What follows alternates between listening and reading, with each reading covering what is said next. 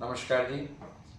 आज हम peripheral arterial disease, जिसका शॉर्ट फॉर्म PAD होता है, जिसको हम गैंग्रीन बोलते हैं, जिसको पेरिफेरल वैस्कुलर डिजीज PVD बोलते हैं, उसके बारे में थोड़ी ज़्यादा जानकारी में बात करेंगे।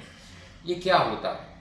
पेरिफेरल आर्टेरियल डिजीज मतलब जो भी दिल के अलावा जो भी नसें साफ खून लेके जा रही हैं, आर्टरीज जो हैं, वो डायबिटीज, ब्लड प्रेशर, स्मोकिंग यानी तंबाकू किसी भी फॉर्म में, या कोलेस्ट्रॉल यानी लिपिड्स बड़े होने के कारण, या उम्र बढ़ते जाने के कारण नसों में कुछ ऐसी तत्व जमा हो जाते हैं जो कि नसों के अंदर जो रास्ता है उसको धीरे धीरे बंद करते जाते हैं।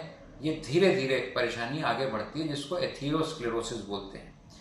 इसके वजह से जब खून किसी भी अंग में नहीं पहुंचता, मोस्ट कॉमनली ये पैरों में देखा जाता है। जब पैरों में ये जो मैंने आपको 4-5 कारण बताए, उसकी वजह से जब खून रुकने लगता है तो कोई भी घाव नहीं सूखता।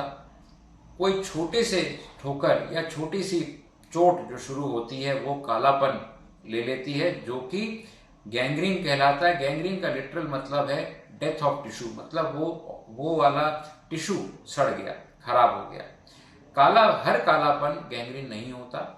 ये समझना जरूरी है कि ये मेरा पैर काला हो रहा है अब तो मेरा पैर कटेगा, ऐसा नहीं होता।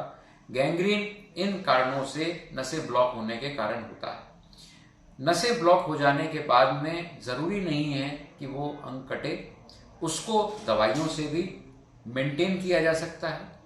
उसको एक छेद द्वारा, जैसे हार्ट की एंजियोप्लास्टी एंजियोग्राफी होती है, इसी तरीके से उनको खोला जा सकता है। या जो लंबे ब्लॉकेजेस होते हैं उनको दूसरा पाइप लगा के या शरीर की ही वेन को लेके बाईपास किया जा सकता है।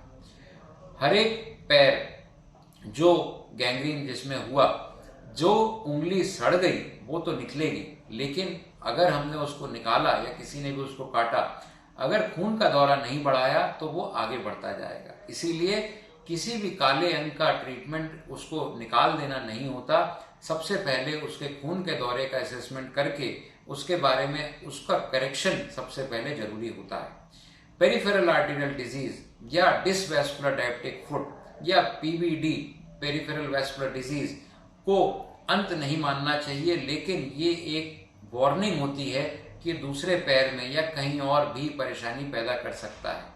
नसें एक सी हैं, आर्टरीज एक सी हैं। जो पैर में कुछ गैंग्रीन पैदा कर रही हैं वो हार्ट अटैक भी पैदा कर सकती हैं, वो दिमाग की नसों को भी वो बीमारी ब्लॉक कर सकती है। इसीलिए एक बारी जिसकी नसें खराब हो चुकी, वो सारे शरीर में उनकी नसें कहीं ना कहीं खराब चल रही होंगी। एक भ्रांति ये होती है कि साहब एक बारी ब्लॉकेज पता चल गई तो सारी नसों के अंदर उसको क्यों नहीं खोल देते।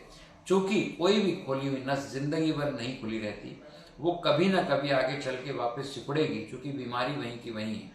इसीलिए जो तकलीफ दे रही है, जिस तरफ ब्लॉकेज के कारण लक्षण आ रहे हैं, उसको ठीक करना जरूरी होता है।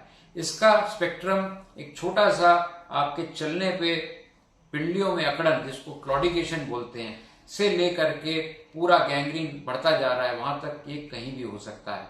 इसको सही समय पे पहचान करके सही समय पे इलाज कराना ही इसका सबसे बड़ा समाधान है।